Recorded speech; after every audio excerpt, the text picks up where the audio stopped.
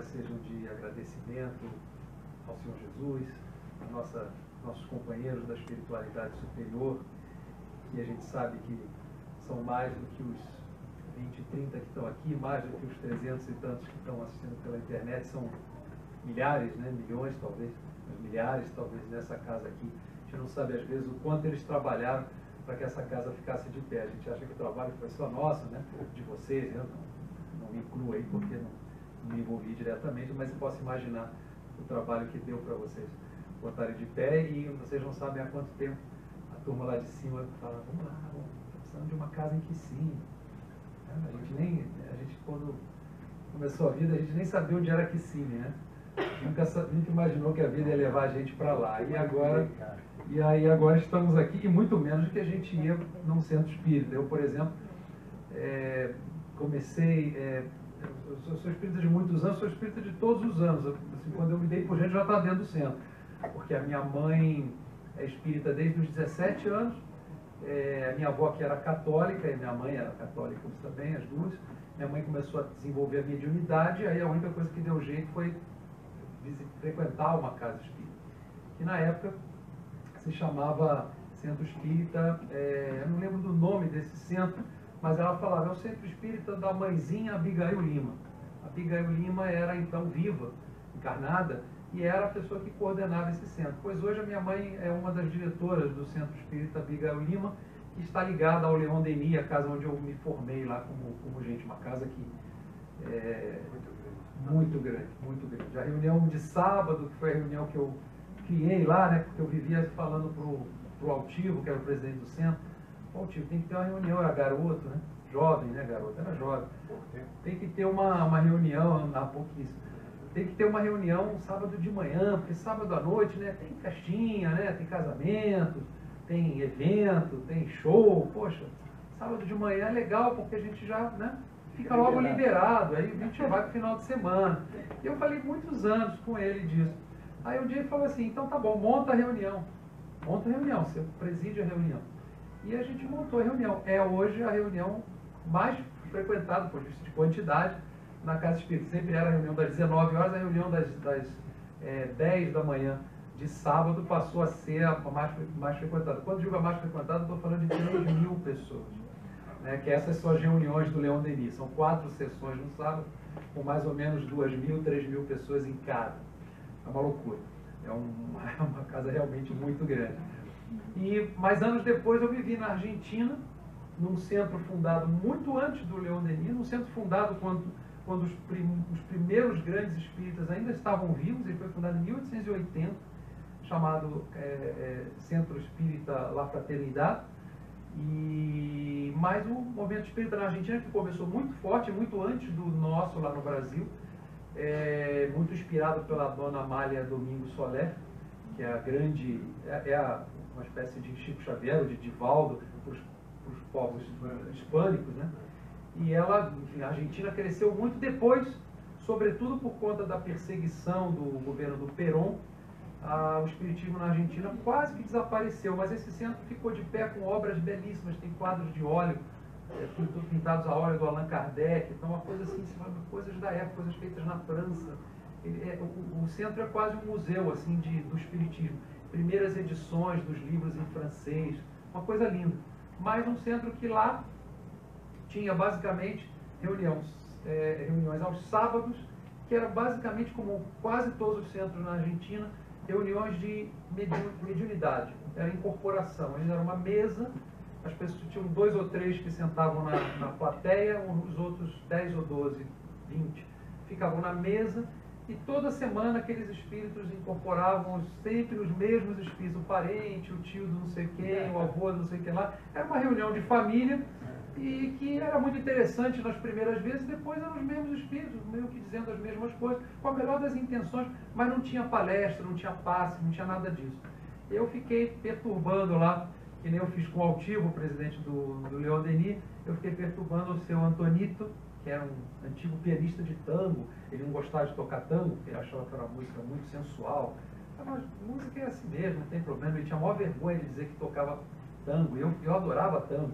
Eu conhecia todos os tangos, eu falava de tango com ele. Até que um dia ele me levou no apartamento dele, aí tocou lá, tocava maravilhosamente bem, ele tocava naqueles grandes conjuntos de tango da época, né? Aquelas orquestras de tango, Horácio Salgán, essas coisas assim. Mas ele era o presidente do centro. Eu, seu Antonito, olha, vamos fazer uma reunião aqui, né, nesse horário, sexta-feira, 7h30 da noite, olha a coincidência.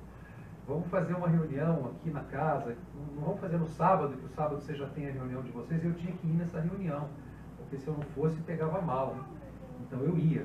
E não era a coisa mais interessante do mundo, que era aqueles espíritos, aquelas comunicações. No final eu já até conhecia, eu falei, olha, lá veio o Negrito, até pelo jeito de andar. Negrito era um dos mais... Bom, aliás, um espírito sensacional. O apelido dele era Negrito, eu nunca soube o nome dele. Ele se apresentava como Negrito. Na Argentina, qualquer um, menos branquelo, já é Negrito. Né? O Maradona é Negrito lá, eles chamam Maradona de negro. Mas enfim, é um Negrito, é algum cara com mais jeitão de índio, eu não sei, um caboclo, alguma coisa assim. Mas, enfim, ele vinha, falava e tal. Mas eu ia nessa reunião, aí ele falou, então tá bom, pode fazer a reunião, quando é que vocês querem? Eu falei, bom, sexta-feira à noite, acho que é um bom dia, 7h30, para dar tempo, a turma chegar e tal. E aí começamos. E a reunião logo chegou a ter 50 pessoas, que na Argentina é assim um fenômeno. Né? Certamente a maior reunião espírita da Argentina deve ser aquela. E está de pé até hoje, continua lá. Teve um dia que a gente chegou a levar 80, 90, a gente levou o Divaldo para falar lá uma vez. Então era muito bacana como isso foi crescendo, e até hoje eles chamam da reunião brasileira. É reunião brasileira, eles acham que aquilo é uma reunião brasileira porque é diferente da reunião argentina. Tem passe, tem palestra, tem leitura de livros. E eles foram, e os argentinos começaram aí. A gente fazia sempre em espanhol, mesmo os brasileiros tinham que fazer em espanhol, porque a gente respeitava lá. Não tínhamos mais de um horário, não queríamos fazer só em português, porque senão estava tirando eles do jogo, né? da história. Aí a gente fazia em espanhol, e outro dia um amigo meu continuou lá depois ele voltou para o Brasil também, mas a reunião continua de pé. Mas enfim, então é interessante a gente sair de uma casa de 3.000 pessoas por reunião e ir para uma casa que tinha 3 pessoas na plateia e o resto era médio. E depois uma com 30, 40, e assim foi a história. E eu vim de um centro em São Paulo, que era um centro espírita Luiz Ismael, um centro pequenininho, menor do que esse aqui. Ainda esse aqui está só começando, mas o centro já tinha muitos anos, mas não crescia muito. Era um centro pequenininho. Eu me sentia muito bem, eu sempre me preocupei muito mais com a qualidade dos ensinamentos que a quantidade, embora tenha vindo de um centro com muita quantidade e com muita qualidade também, que é o Leão Denis. Mas eu não vou contar mais histórias sobre as reuniões não, porque senão a gente vai estourar muito tempo aqui. E eu queria falar para vocês hoje sobre o futuro das religiões. Eu acho que é muito interessante. Eu falava então da minha mãe, que começou como católica, minha avó também, e depois as duas viraram espíritas. Eu já nasci espírita, meu irmão, minha família. Mas a minha mulher originalmente é católica, a minha sogra que mora comigo, meu sogro são católicos. E eu acho que a convivência com pessoas de outras religiões me deu uma perspectiva muito interessante sobre a religião espírita e sobre coisas que a gente precisa estar atento para que a gente não afaste as pessoas da nossa doutrina e até às vezes do nosso convívio, né? Eu conheço algumas pessoas que se fecham tanto no círculo espírita que eles acabam fazendo outra coisa. E o espírita está dito lá em todas as obras de Kardec, é um cidadão do mundo, né? Ele tem que conviver com todo mundo, ele tem que ir para todos os lugares, ele tem que frequentar lugares que talvez não sejam os mais elevados moralmente, mas ele está ali até para ser um farol moral daquele lugar e permitir que espíritos que estão ali fazendo trabalhos e tarefas possam se servir daquela sua capacidade fluídica até para atuar. Então, a minha palestra hoje sobre o futuro das religiões é muito mais uma conversa do que uma palestra, é um pouco sobre a gente entender essa questão do espiritismo não como a religião do futuro, mas como o futuro das religiões. E o que isso quer dizer? Que eu já vi essa frase ser dita por muitos espíritas com uma certa arrogância. E essa frase é para ser dita com muita humildade, porque ela não quer dizer que o espiritismo vai substituir as religiões, mas sim que as religiões tenderão a convergir para ensinamentos semelhantes. Vão descobrir a reencarnação, vão descobrir os passos, já estão descobrindo a todos os momentos. O espiritismo sequer é a primeira religião que fala de reencarnação na história, né? Muitas outras religiões, o mundo oriental todo acredita na sobrevivência da alma e na reencarnação de diferentes jeitos, mas assim não tem nenhuma novidade nesse aspecto. O belo do espiritismo é a combinação de filosofia, de ciência e de religião. E justamente por ter esse pé na ciência, e como a ciência vai evoluindo, essas coisas vão se aproximando. Né? Outro dia mesmo vi um estudo de uma universidade de Campinas sobre uma comprovação de que os passes fazem efeito sobre pessoas que estão com doenças graves, que foram atendidas e que receberam passes, que não receberam passes, estatisticamente compilado, e a gente percebe o efeito do passe. Outro dia, uma grande matéria numa das retransmissoras da Rede Globo, no Brasil, sobre um médium, uma pessoa muito humilde, que trabalhava como lavrador e que escreveu mais de 70 livros em todos os idiomas, ele inclusive tupi-guarani, sem nunca ter visto um índio na vida. E ele escreveu o primeiro dicionário de tupi-guarani do Brasil. Então, a Rede Globo fazendo uma matéria sobre essa pessoa e, obviamente, como ele não é mágico... Isso, exatamente. Esse é o nome. E como ele não é mágico, né? Como ele não é bruxo, só pode ser uma coisa chamada mediunidade. Então essa convergência vai acontecendo. Então, vamos começar falando sobre a essência da religião. A lei de adoração é uma lei natural, ou seja, é uma lei divina.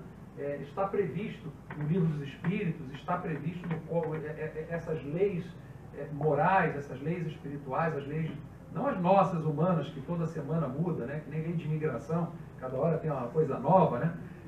Lá as leis divinas elas não mudam, né? Leis de causa e efeito, lei de adoração, lei de amor, lei de progresso, essas são imutáveis, porque são imutáveis porque Deus as fez e Deus é imutável. Então lá no Livro dos Espíritos a gente estuda essa questão e está dito lá, ela faz parte, lei de adoração faz parte da lei natural, porque é o resultado de um sentimento inato no homem. Para isso, a encontramos em todos os povos, embora sob formas diferentes. Em algum momento, numa caverna escura, na era das cavernas, na pré-história, uma mãe de uma criança se sentiu assustada por um animal que estava do lado de fora da caverna, ou porque o seu filho chorava de frio, ou porque o seu filho chorava de fome, e nesse momento ela teve a intenção de pedir ajuda de uma força maior do que a dela. Isso é religião. Em algum momento ela talvez até tenha dado um passe, ela tenha feito um carinho nesse filho para que ele se sentisse melhor. Então ela estava fazendo uma função mediúnica nesse momento. Então essas coisas existem muito antes de Kardec. E Kardec dizia isso para a gente. Não é negar Kardec, mas é entender que Kardec é, como a gente chama Kardec, o codificador da doutrina espírita. Ele não é o inventor da doutrina espírita. Né? Eu me lembro que conversando com amigos, mexicanos sobretudo, eu falava assim, conta a história do Brasil. Eu falava, então, o Brasil foi descoberto por Pedro Álvares Cabral em 1500. Como assim descoberto? O México não foi descoberto, o México sempre esteve aqui. Nós temos tribos que estão aqui há milênios.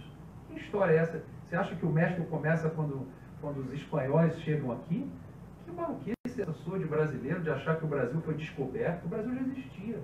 Acontece que um português chegou lá, mas a gente conta a história do Brasil a partir daí. A gente acha que Cabral inventou o Brasil. Tem até aquela música, quem foi que inventou o Brasil? Foi seu Cabral? Foi seu Cabral? Eu estou com ressonância do nosso karaokê aqui, que tivemos na casa do Etienne no sábado passado. Eu mostrei meus dotes lá, razoáveis. Aí enfim, mas então não foi Cabral que inventou o Brasil, não foi Allan Kardec que inventou a doutrina espírita. Allan Kardec é o codificador da doutrina espírita. Ele reuniu ensinamentos que estavam por aí, alguns de Sócrates, portanto, antes de Cristo, outros do Cristo, outros de espíritos que estavam ali se manifestando naquela hora, e Santo Agostinho, e um monte de outros espíritos, Jesus, o Espírito da Verdade, e aí organizou aquilo, no chamado Pentateuco, os 5 obras básicas da doutrina espírita. Então ele fez essa organização, mas ele é muito mais um organizador do que um inventor. Ele não inventou nada, ele não é um criador. Ele falou, bom, eu vou inventar um negócio chamado perispírito. Não, ele simplesmente já existiu o perispírito, já era falado, o perispírito já era comentado, ele deu um nome para aquilo, ele estudou aquilo, ele deu um nome.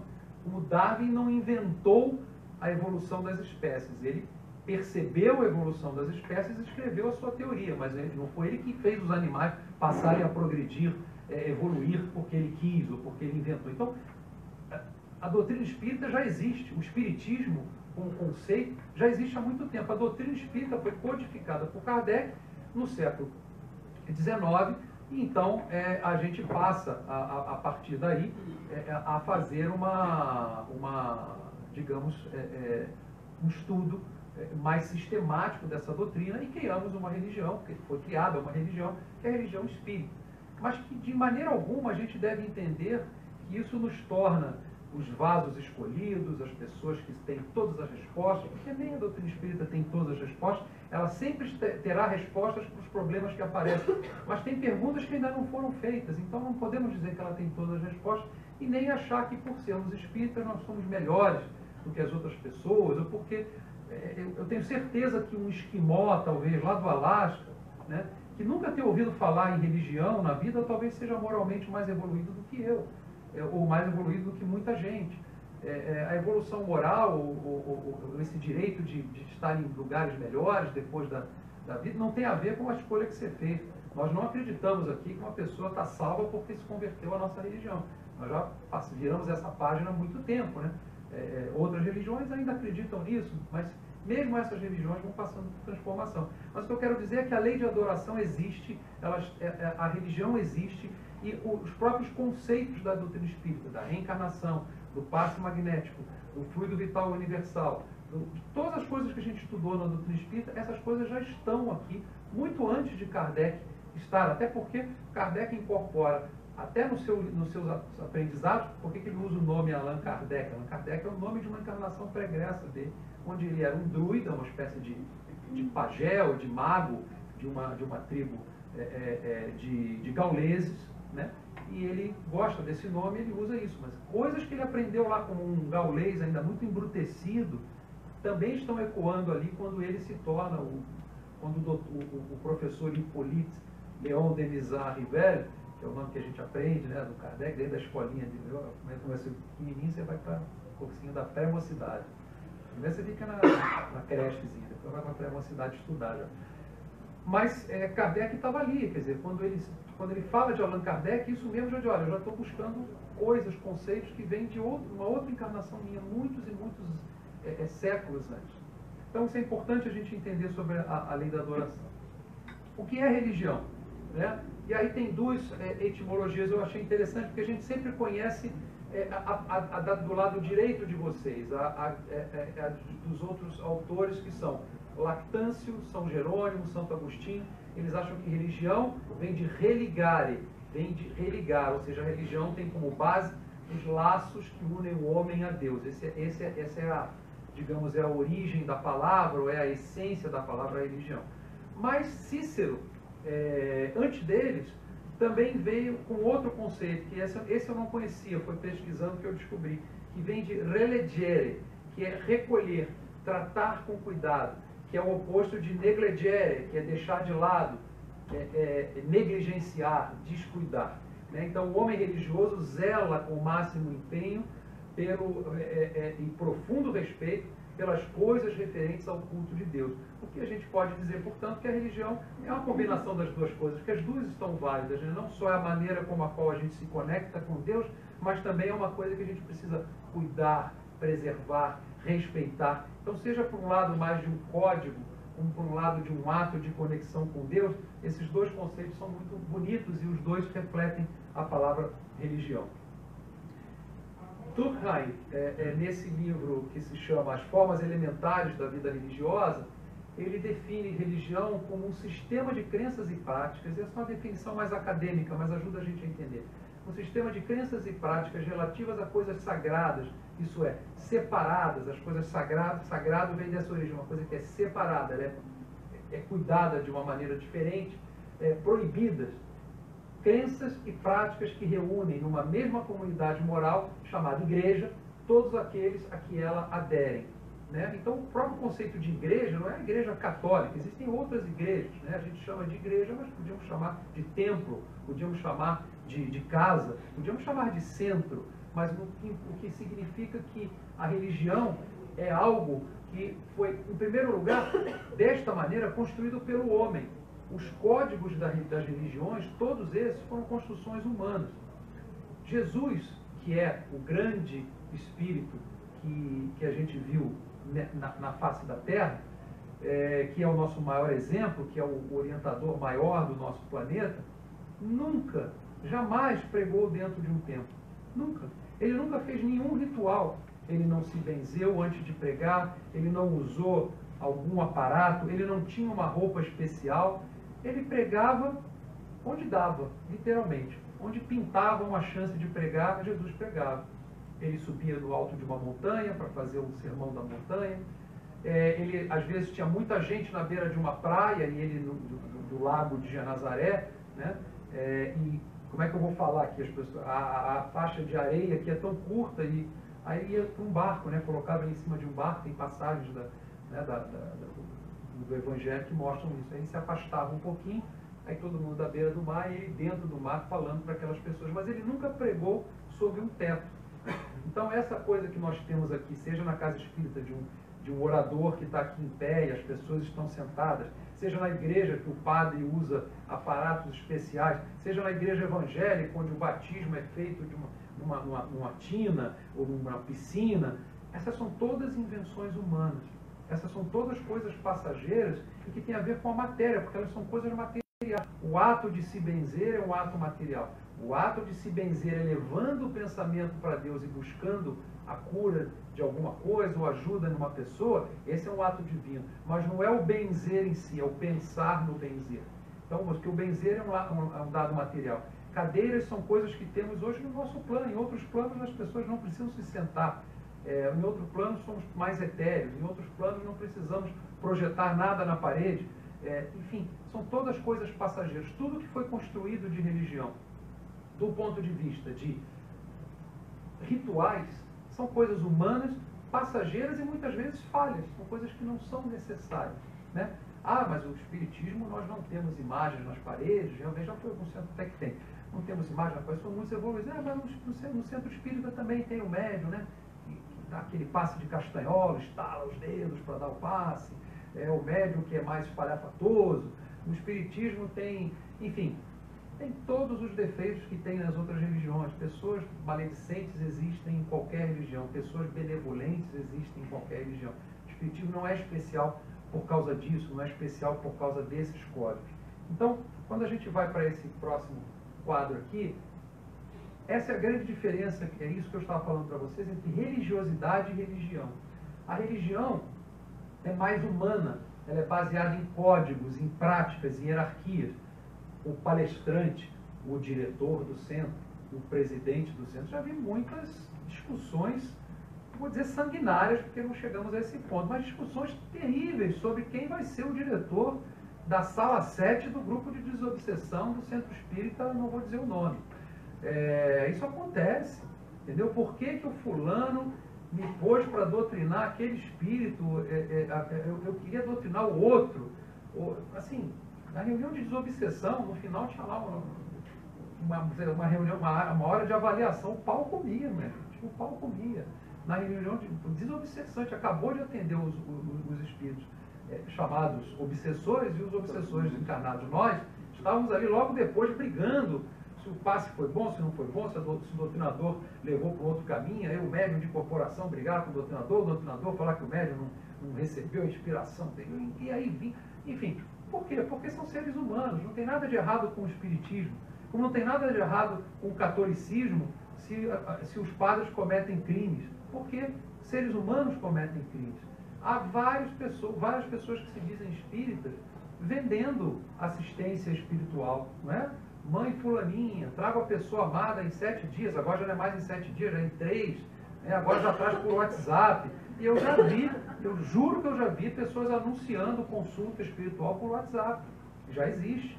Você faz o pagamento por algum meio de pagamento eletrônico, digital, e por WhatsApp você manda o seu problema, a pessoa manda. De repente o cara está na cadeia e está dando consultoria espiritual, né? Mas enfim, essas são coisas humanas. A religiosidade, ela está mais próxima de Deus, porque ela está fundamentada em crenças, sentimentos e atitudes. O bom sentimento, a boa atitude, isso é universal. Esse país aqui cultua muito, e eu acho bonito isso, heróis, né? Aqui ser um herói é um negócio muito importante. E não é o herói só né, que entra num prédio e salva 500 pessoas, o herói militar. É o herói como o Atticus Finch, lá do To Kill a Mockingbird.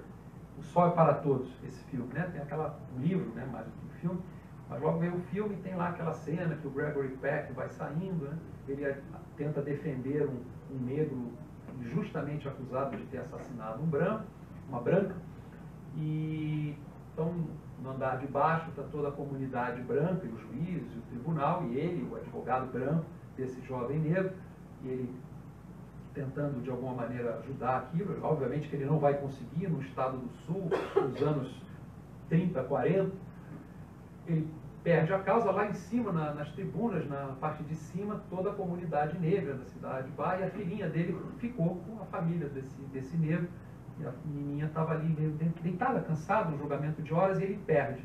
Todo mundo vai embora, ele fica arrumando as coisas e ninguém se levanta, ninguém vai embora. Todos os brancos foram embora, os juízes foram embora, ele está guardando as suas coisas, triste, perdeu a causa, o rapaz ia ser condenado à prisão injustamente, e ele vai saindo, né? E aí um negro mais velho fala para a filha dele, senhorita fulana, fique de pé. Ela falou, mas por quê? Porque o seu pai está passando.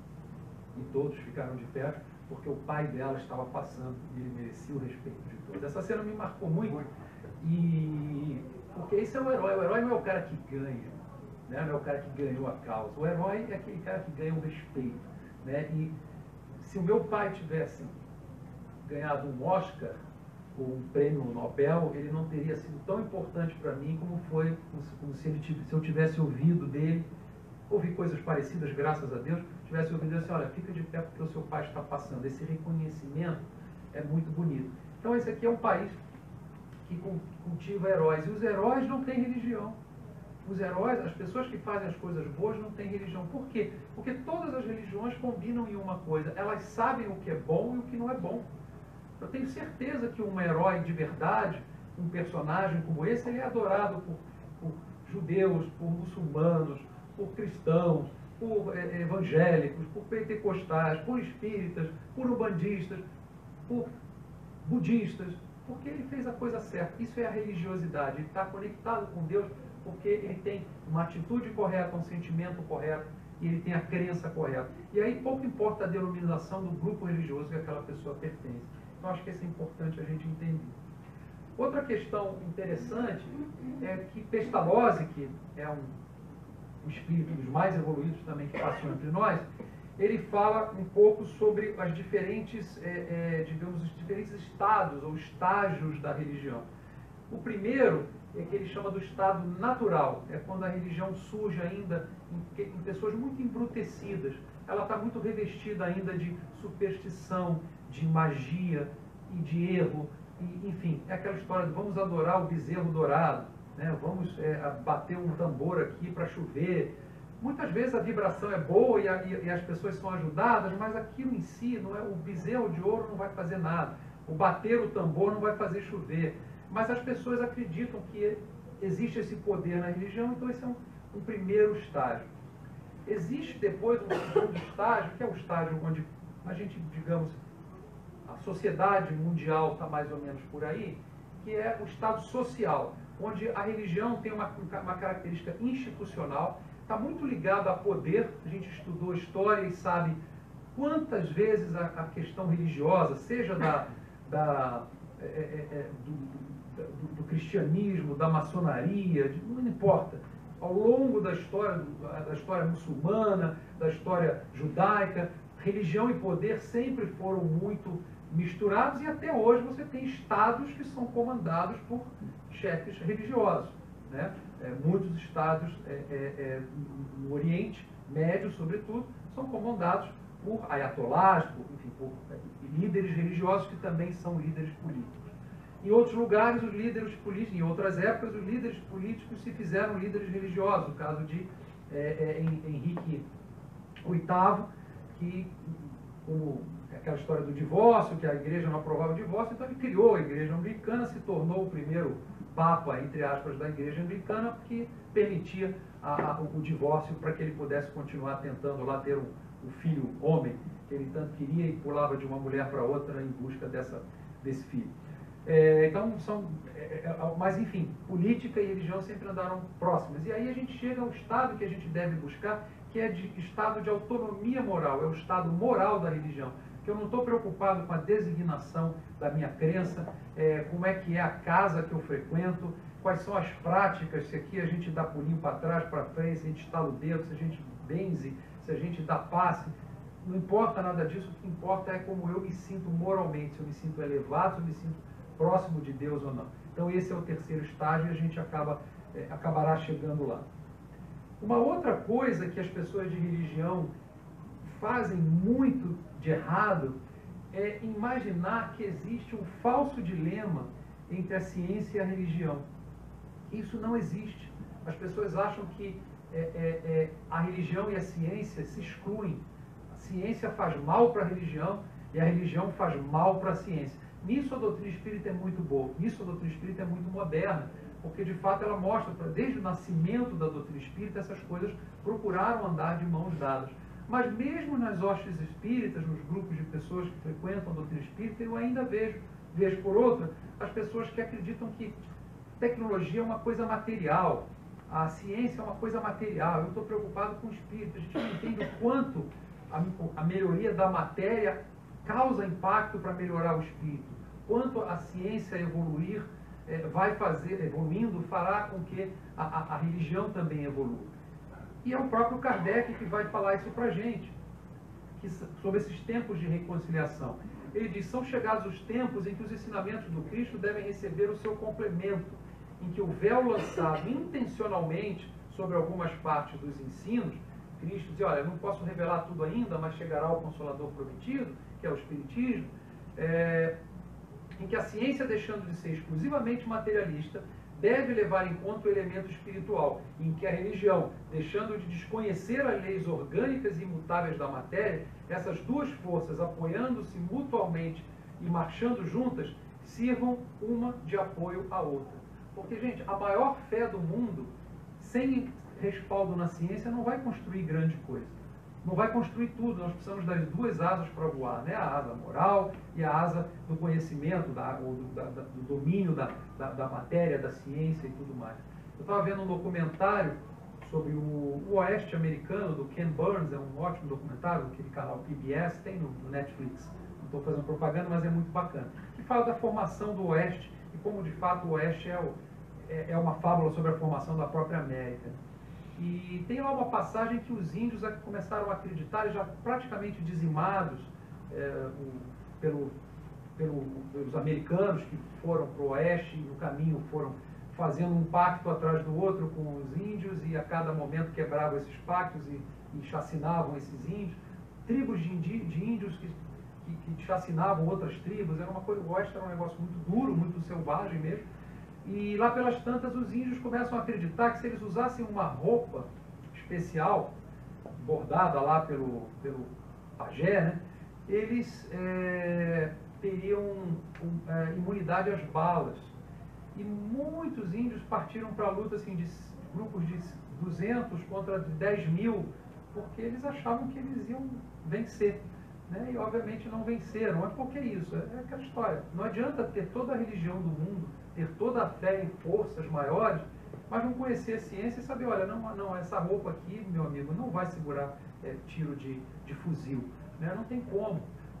Não com essa tecnologia. Talvez no futuro tenha, mas é uma outra história. Mas naquele momento isso não existia. Então, esse é um exemplo de como a religião pode sim, somente a religião é pouco. Somente a religião é pouco. Eu digo sempre, se todos nós fôssemos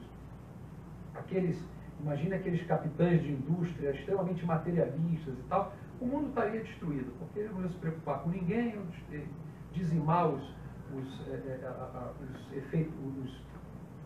reservas naturais do planeta, iam destruir o planeta, iam destruir a vida das pessoas, iam explorar os mais pobres, ia ser uma vergonha e o mundo ia acabar. Não íamos chegar a lugar nenhum. Por outro lado, se os líderes do mundo fossem como aqueles monges lá do Tibete, que são pessoas extremamente religiosas, tinha carro hoje em dia aqui, teríamos carro, teríamos medicina, começaríamos a curar o câncer, aumentaríamos o tempo de vida de uma pessoa de 30, 40 anos na era medieval para 80, 90, 100 anos. E as crianças que estão nascendo agora, provavelmente a maioria viverá mais de 100 anos, se não for mais. Então, assim, as duas coisas são importantes. A gente tem que ter o equilíbrio dessas duas coisas, dessa dicotomia que é o progresso material, não tem problema nenhum com ele. E o progresso espiritual não tem problema nenhum com ele. A gente tem de achar que não, o monge do Tibete é muito legal. É claro que é bacana. É importante que tenhamos pessoas assim no mundo.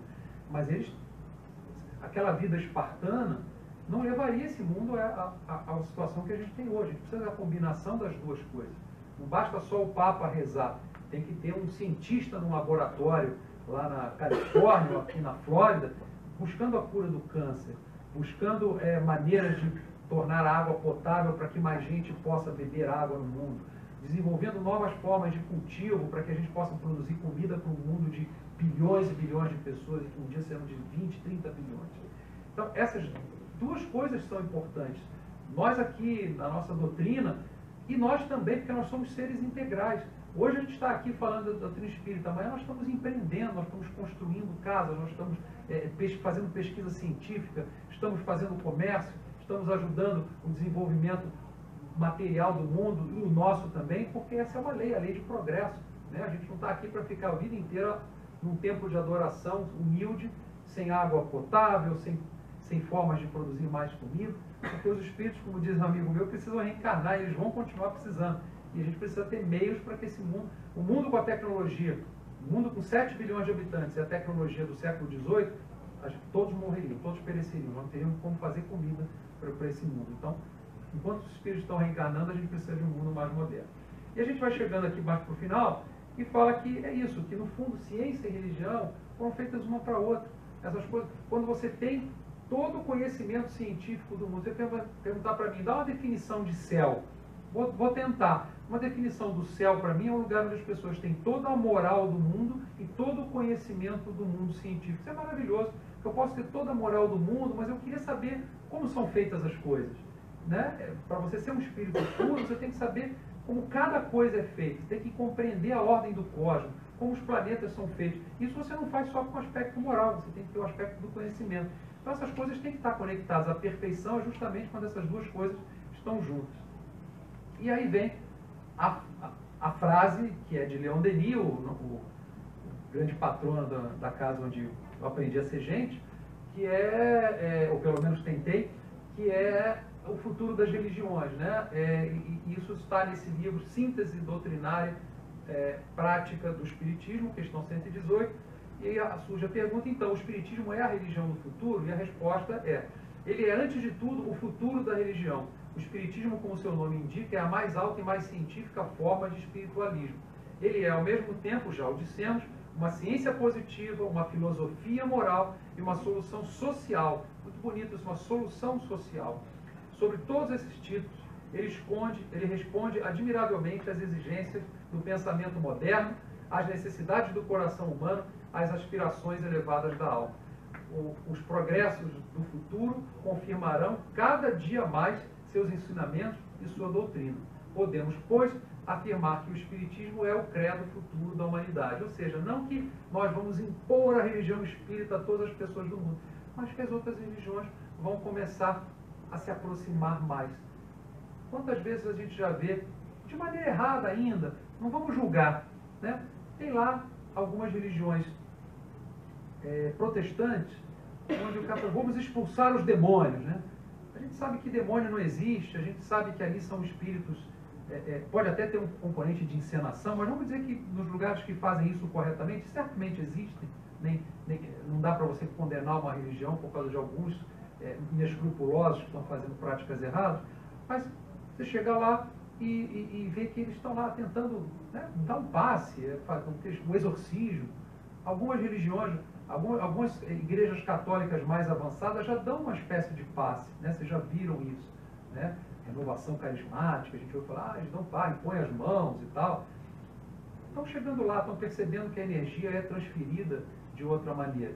Então quer dizer que as igrejas católicas um dia vão abrir sob o nome de Centro Espírita, a igreja de São João Batista, vai dizer Centro Espírita São João Batista. Não, vai continuar sendo igreja de São João Batista. Só que lá a gente vai começar a perceber que coisas como passes, crenças na vida futura, na reencarnação, essas coisas vão começar a fazer parte. Ah, a religião católica nunca vai fazer isso. A religião católica nunca ia admitir controle de natalidade, a religião católica nunca ia aceitar o casamento entre homossexuais, a igreja católica não ia aceitar um monte de coisa. E ela está aceitando um monte de coisa.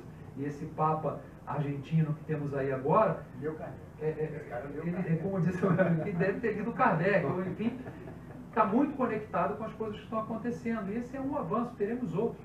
Né? Não estou dizendo que isso vai acontecer amanhã, mas isso vai acontecer um dia. Daí vem o conceito do futuro das religiões. Não vai haver uma religião única que vai absorver todas as outras, mas sim que essas religiões vão começar. Você vai num templo israelita, numa sinagoga, você vai num templo muçulmano, olha, as coisas estão começando a ficar parecidas. As coisas estão começando a ficar parecidas. Esse é o futuro das religiões.